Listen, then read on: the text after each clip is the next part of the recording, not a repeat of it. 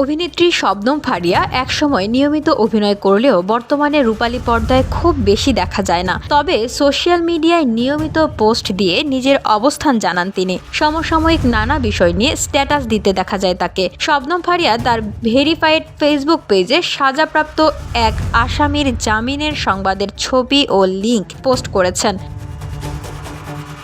পোস্টের ক্যাপশনে ফারিয়া লেখেন, ধর্ষককে যারা জামিন দিয়েছে কিংবা এই প্রসেসের সঙ্গে যারা জড়িত তাদেরও শাস্তির আওতায় আনা জরুরি। দেশের বর্তমান আইন শৃঙ্খলা পরিস্থিতি নিয়ে উদ্বেগ প্রকাশ করে ফারিয়া বলেন, দেশের আইন শৃঙ্খলার অবস্থা খারাপ। তার মধ্যে যদি এমন সব ঘটনা ঘটে তাহলে এর চেয়ে খারাপ দৃষ্টান্ত আর কিছুই হতে পারে না। ফারিয়ার শেয়ারকৃত ওই পোস্টে দাবি করা হয়েছে ৮ বছর আগে সাজাপ্রাপ্ত আসামিকে জামিন দেওয়া হয়েছে।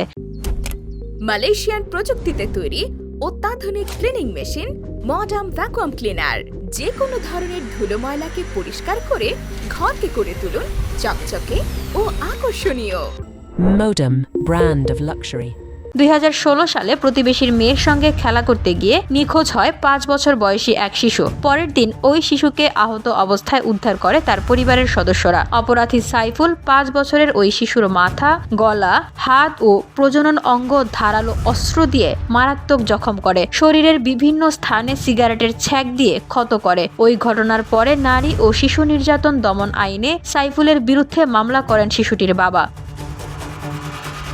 অভিযোগের পরই প্রতিবেশীকে গ্রেপ্তার করে পুলিশ। অপরাধ প্রমাণিত হয় সাইফুলকে যাবজ্জীবন কারাদণ্ড দেন আদালত। ঘটনার ৮ বছর পর ১৯ ফেব্রুয়ারি দিনাজপুর জেলা কারাগার থেকে দীর্ঘদিন হাজতবাসের কারণ দেখিয়ে জামিনে মুক্তি পেয়েছেন অপরাধী সাইফুল ইসলাম। সাজাপ্রাপ্ত আসামি কারাগার থেকে মুক্তি পাওয়ায় হতাশা প্রকাশ করেছেন ভুক্তভোগীর বাবা। শবনম ফারিয়াকে সর্বশেষ দেখা গেছে মুবারকনামা ওয়েব সিরিজে। এতে তিনি মোশাররফ করিমের বিপরীতে অভিনয় করেন। পর্দায় দুজনের কাজ বেশ প্রশংসিত হয়েছে। VOD Bangla news desk.